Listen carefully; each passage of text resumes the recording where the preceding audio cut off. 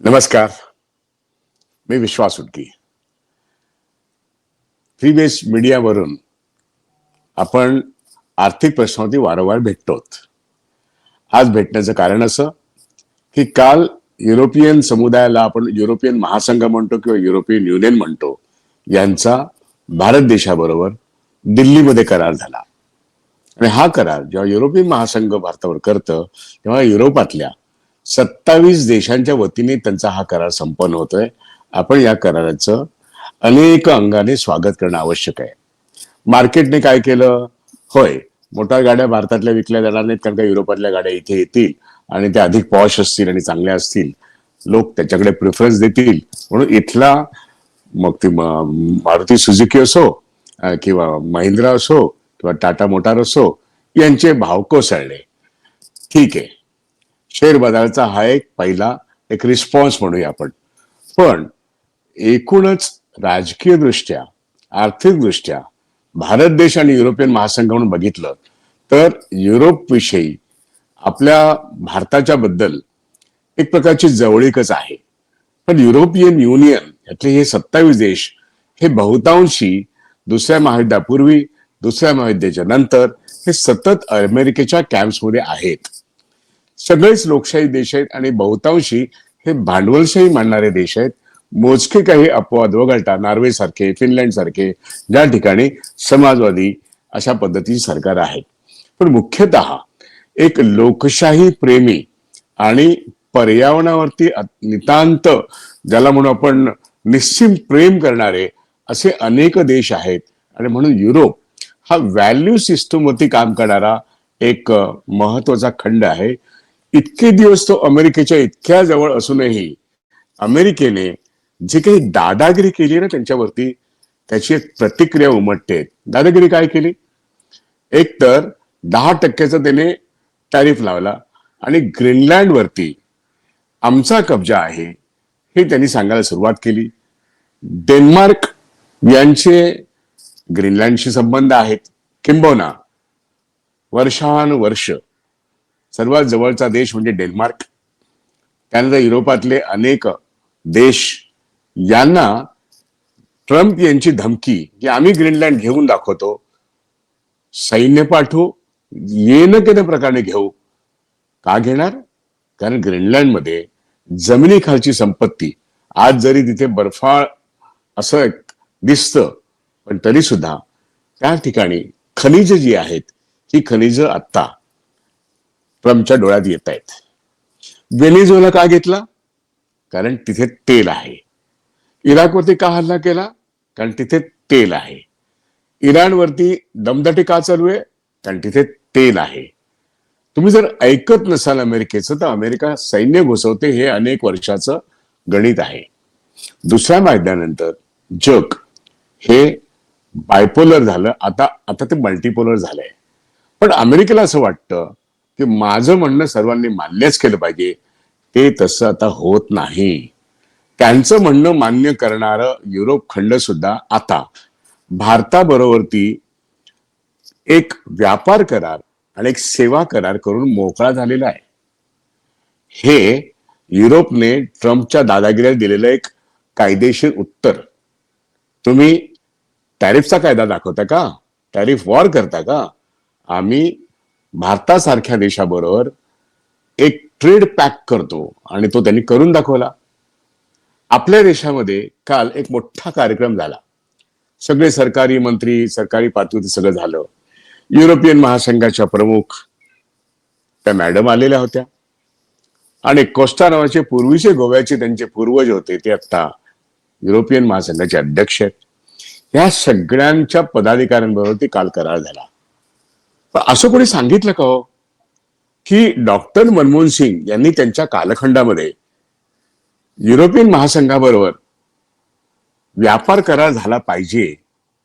आणि डॉक्टर मनमोहन सिंगांच्या कालखंडात आपल्या सर्वांना माहितीये जीडीपी त्यांच्याच कालखंडामध्ये खऱ्या अर्थाने गरिबीचं उच्चाटन, 25 कोटी लोक गरिबी रेषेच्या वर आले, म्हणजे त्यांचं आर्थिक मान वाढलं, जीवनमान सुधारलं, समाजामध्ये उद्योग वाढले, स्मॉल स्केल इंडस्ट्रीज वाढल्या, पब्लिक सेक्टर समृद्ध झाला, म्हणून जीडीपी वाढला. पर कॅपिटल इन्कम पण वाढलं. त्यांनी युरोपियन संदर्भात फॉरेन ट्रेड अग्रीमेंट करण्याचं एक पाऊल उचललं. आणि ते पाऊल अगदी 2010 पासून ते 2014 पर्यंत अनेक चर्चांच्या फेऱ्या झालेल्या आहेत. 14 ते 2025 संपलं. डॉक्टर मनमोहन सिंगांनी जी सुरुवात केली ते बंद पडलं आणि मोदी सरकारने स्वतःचीच सोकॉल आत्मनिर्भर पॉलिसी, मेक इन इंडिया आणि अनेक भंपक आणि बकवास गोष्टी केलेल्या आहेत. भारतीय अर्थव्यवस्था अत्यंत रसातळात नेण्याचं काम मोदी सरकारने केलं आणि मुख्य म्हणजे पब्लिक सेक्टरला मोठ्या प्रमाणात नख लावलं आणि ते विक्रीला काढण्याचा मोठा ऍसेट मॉनिटायझेशन पाईपलाईन मध्ये घाट घातला कोरोनाच्या नंतर. आता ट्रम्पच्या सेकंड टर्म मधली जी दादागिरी आहे ही मात्र पराकोटीची आहे. हे भारताबरोबर 500% जेव्हा ते एक टॅरिफ वॉर चालू झालेला आहे आणि चीनशी बोलला तर खबरदार, रशियाशी तेल घेतलं तर खबरदार, इराणशी व्यवहार केला तर खबरदार, चाबहारचा एअरपोर्टचा करार रद्द करा वगैरे वगैरे अनेक गोष्टी ट्रम्पने दादागिरी केलेली आहे. आणि सारखा म्हणतो की 4 दिवसाचा वॉर मी थांबवलं, मला नोबेल प्राइज द्या. त्यामुळे टॅरिफवर एका बाजूने होत असताना दुसऱ्या बाजूने राजकीय दृष्ट्या भारत सरकारची कोंडी करण्याचं काम एक तर पाकिस्तानच्या मार्फत पण होत आहे, होय, आणि भारताचं जे आजचं नेतृत्व आहे ते इतकं अदूरदर्शी आहे की त्यांनी कधीही ट्रम्पला अरेला कार्य नाही केलं. करण्याची अनेक कारणे होती. तुम्ही गळाभेट करता नेतन्याहूची. भारताचा इतके काळ पॅलेस्टाईन मित्र आहे, इस्रायल नाही, पण मोदी सरकारच्या काळात इस्रायलच्या गळाभेटी व्हायला लागल्या. पॅलेस्टाईनमध्ये नरसंहार झाला तरी भारत काही बोलत नाही. आणि ब्रिक्सच्या संदर्भात भारत आहे पण ब्रिक्सची करन्सी चालू देणार नाही. मग डॉलरेशनच्या एका टप्प्यामध्ये रुपया मजबूत होणार कसा आणि ब्रिक्सची करन्सी येणार कशी? कारण डॉलरची ताकद सर्व अंगाने प्रभावी आहे.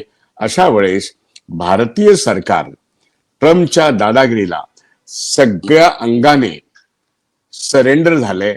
नरेंद्र आहे तर सरेंडर आहे. अशा ह्या परिस्थितीत गेले वर्षभर ट्रम्प सरकारने ज्या अनेक दादागिरीची प्रकरण मुख्यतः ट्रेड वॉर सुरू केलेला आहे. आणि हे ट्रेड वॉर असताना आपण बघतो की रशिया युक्रेन वॉर चालू आहे. त्यांनी स्वतःच व्हेनेझुएलाच्या अध्यक्ष आणि त्यांच्या पत्नींना उचलून आणलं आणि आपल्या जेलमध्ये टाकलं. का? तर व्हेनेझुएला मधलं तेल त्यांना हवंय. ते कोणाला हवंय? अमेरिकेतल्या तेल कंपन्यांना हवंय. कारण का व्हेनेझुएलातल्या अनेक तेल कंपन्यांचं राष्ट्रीयकरण तिथल्या अध्यक्षांनी केलेलं आहे. आणि म्हणून त्या तेल कंपन्या ट्रम्पच्या इलेक्शन कॅम्पेनमध्ये लाखो बिलियन डॉलर जेव्हा ओततात तेव्हा ट्रम्प हा त्यांचा गुलाम बनतो. आणि त्यांच्यासाठी व्हेनेझुएला दादागिरीने त्यांच्या एका डेमोक्रेटिक निवडून आलेल्या अध्यक्ष आणि पत्नीला जेरबंद करतो, स्वतःच्या जेलमध्ये ठेवतो. असा हा माणूस कॅनडावरती हक्क सांगतो, ग्रीनलँडवरती हक्क सांगतो. आणि त्या ठिकाणी कॅनडा असो, ग्रीनलँड असो किंवा युरोपातली सगळी राष्ट्र असो, जरी ते नाटोमध्ये बांधले गेले असले तरी त्यांनी बंडाचं निशाण उभं केलेलं आहे.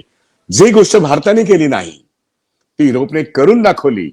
छोटा देश नॉर्वे सारखा, डेन्मार्क सारखा किंवा सारखे सारखे हॉलंड असो, फ्रान्स असो, राहिले ना उभे. ट्रम्पच्या विरोधात उभे राहिले. त्यांनी 10% टॅरिफ लावला. नाटोचं कंट्रोल, आम्ही किती खर्च करतो तुमच्यावरती, आम्ही तुम्हाला पोचतो, अशा तऱ्हेच्या वल्गना केल्या. पण युरोपने चक्क सांगितलं आमच्या देशातली व्हॅल्यू सिस्टम, आमच्या देशातली डेमोक्रेसी आम्ही आमचं बघून घेऊ. आणि त्यांनी पर्याय म्हणून जी गोष्ट डॉक्टर मनमोहन सिंगांवरती चर्चा सुरू झाली होती ती 14 पर्यंत चालू होती, ती 11 वर्षात कधीही पुढे गेली नाही. ट्रम्पच्या ह्या धमक्यांमुळे भारतीय राज्यकर्त्यांना थोडाफार शहाणपणा आलेला आहे की आता युरोप सारख्या 27 देशांच्या महासंघाबरोबर आपण या टॅरिफ वॉर पासून काहीतरी आपल्या संपत्तीची बचत करू.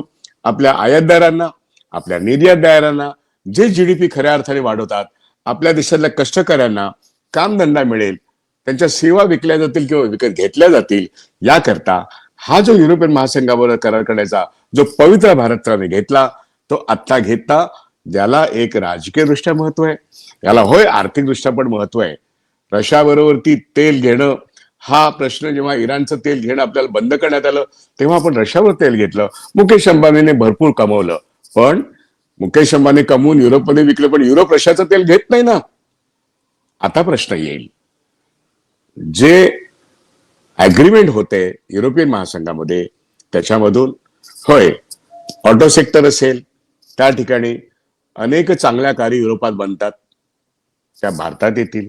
भारतातल्या कार उत्पादकांना आपला माल विकताना आता विचार करायला लागेल, स्पर्धकाचं जग आलेलं. दुसरी गोष्ट, टेक्स्टाईल. इतके दिवस आपलं टेक्स्टाईल म्हणजे कापड उद्योग निर्यात ही अमेरिकेत व्हायची, पण युरोपमध्ये पण होत होती. नाही म्हटलं तरी मी तुम्हाला काही आकडे देतो. मागच्या वेळेस 13,600 कोटी रुपयाचा आपण युरोपशी व्यवहार केलेला आहे, नाही असं नाही.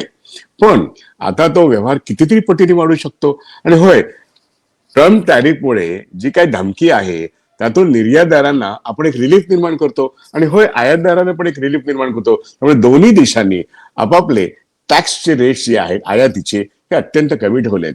मग त्या ठिकाणचं उंची मध्य भारतात येणं हे होईल, तिथले मोठ्या कारी येतील, पण आपल्याकडचं आयटी क्षेत्र आहे, तिथे त्यांच्याशी संवाद होईल. रसायनांचा प्रश्न आहे, केमिकलचा प्रश्न आहे. होय, आणि ट्रॅडिशनली आपण अनेक मसाल्यांचे पदार्थ आपण त्या ठिकाणी पाठवू शकतो. कपडा उद्योग, रसायन उद्योग, आयटी क्षेत्र, केमिकल्स, या सगळ्या बाबतीत भारताचा करार मधात युरोप चीन संघर्ष झाल्यानंतर तो निश्चितपणे चांगला असेल. एक महत्वाचा प्रश्न मला या ठिकाणी सांगायचा आहे, की हा करार प्रत्यक्ष त्या देशात अंमलात यायला वेळ लागेल का? कारण तिथले 27 देश आहेत.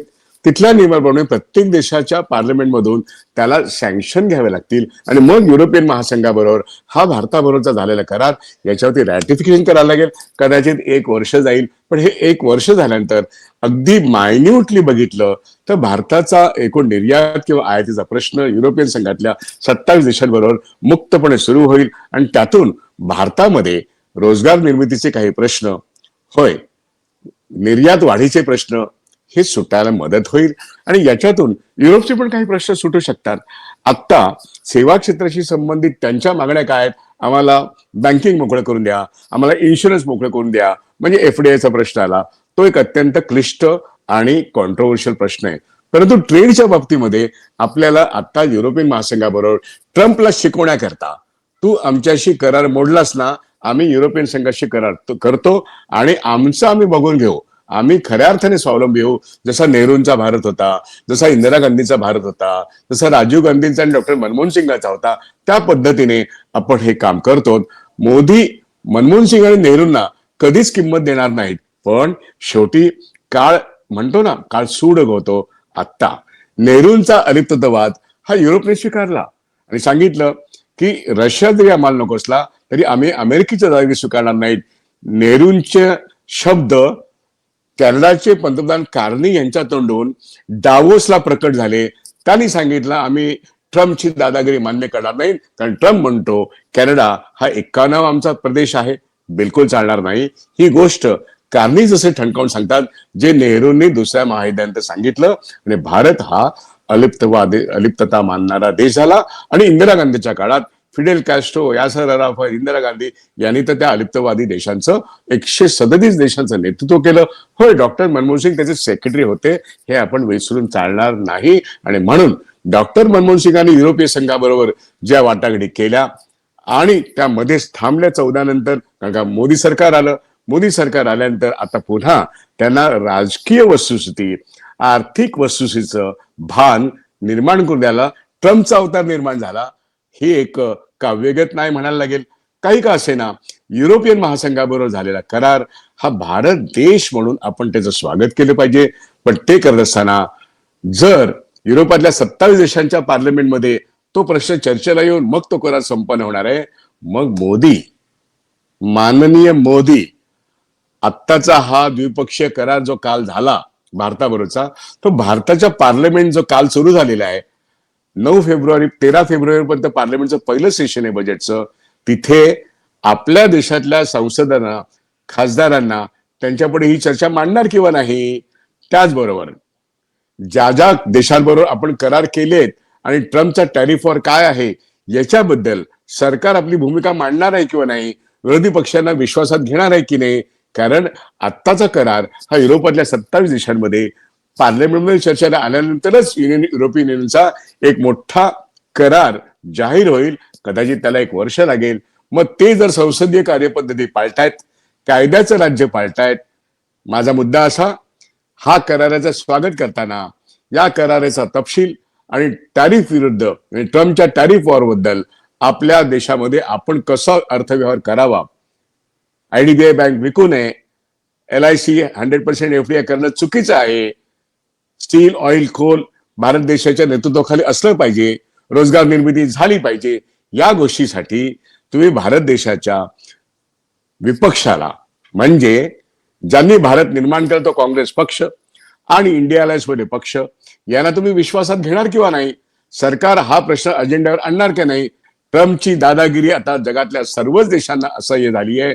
म्हणून वर्ल्ड ऑर्डर मध्ये बदल घडतोय आणि त्या बदललेल्या वर्ल्ड ऑर्डरचा एक भाग म्हणजे युरोपियन महासंघाने पुढाकार घेतला आणि त्याला साथ दिली भारताने, आणि भारताने केलेला हा करार पुढच्या वर्षी जरी इम्प्लिमेंट झाला तरी भारतीय निर्यातदार, भारतीय आयातदार या सर्वांच्या दृष्टीने एक मोठं मार्केट चांगल्या पद्धतीने ओपन झालेलं आहे. आणि मग ट्रम्पच्या दादागिरीला आपण शांततामय पद्धतीने उत्तर देऊ शकतो. हा, मादुरोला उचलून नेला तसा इथल्या कोणाला, उद्योगपतीला किंवा आणखीन कोणाला उचलून नेण्याचा त्यांनी प्रयत्न केला तर देश पूर्ण उभा राहील. चांगल्या गोष्टीसाठी देश नेहमी एकत्रितपणे उभा राहू शकतो, हे काळाच्या ओघात सिद्ध होईल. आपण म्हणजे पाकिस्तान नाही, आपण या संपूर्ण स्वातंत्र्यपूर्वीच्या चळवळीमध्ये ब्रिटिशांना घालवणारे, ब्रिटिश साम्राज्याविरुद्ध लढणारे, अमेरिकन साम्राज्याविरुद्ध लढणारे आणि शांतताप्रिय मात्र स्वावलंबी राष्ट्र म्हणून आपण मिक्स इकॉनॉमीचा पुरस्कार केलाय. आणि ह्या मिक्स इकॉनॉमीमध्ये आपण भारत मोठा केलेला पण पाहिलाय. म्हणून मुक्त अर्थव्यवस्थेचं गोडवे गात गात गुलाम पद्धती स्वीकारण्यापेक्षा मिक्स इकॉनॉमी ही नेहमीच चांगली. आणि म्हणून युरोपियन महासंघाबरोबर झालेला करार हा त्या कॉन्टेक्स्ट मध्ये, त्या संदर्भात आपण टपसावा. अमेरिकेची दादागिरी, अमेरिकेचं एक्सपान्शन म्हणजे साम्राज्यवाद हा अर्थकारणापासून सुरू होतो आणि जमलंच नाही तर त्यांची शस्त्र येतात. पण त्यांचं एक शस्त्र म्हणजे टॅरिफ, त्याचा वॉर करणं. टॅरिफ हे सुद्धा ते शस्त्र वापरतात आणि याला उत्तर युरोपियन महासंघाच्या सेक्रेटरीबाईंनी दिलेलं आहे. त्याला आपण योग्य तो प्रतिसाद दिलेला आहे. या शस्त्राचा वापर आम्ही होऊ देणार नाही. आम्ही दोघे मिळून करार करू आणि मानव जातीसाठी सहकार्याने आपण एक चांगलं जग निर्माण करू, हा या कराराचा अर्थ आहे. आणि म्हणून याची चर्चा भारतीय लोकसभेत आणि राज्यसभेत झाली पाहिजे, तर तो लोकांनी स्वीकार केलेला करार आहे. ट्रम्पची दादागिरी आम्ही ऐकणार नाही, त्याच्या दांडगाईला आमचा हा करार हे उत्तर आहे. एवढंच मला या ठिकाणी सांगायचंय. आपण भेटत जाऊ. बजेटचे दिवस अजून 4 दिवसांनी 1 फेब्रुवारीला बजेट येईल, त्यावेळेस आणि त्यानंतरही त्या बजेटचं विश्लेषण करण्याकरता आपण भेटूया. धन्यवाद. इथेच थांबतो.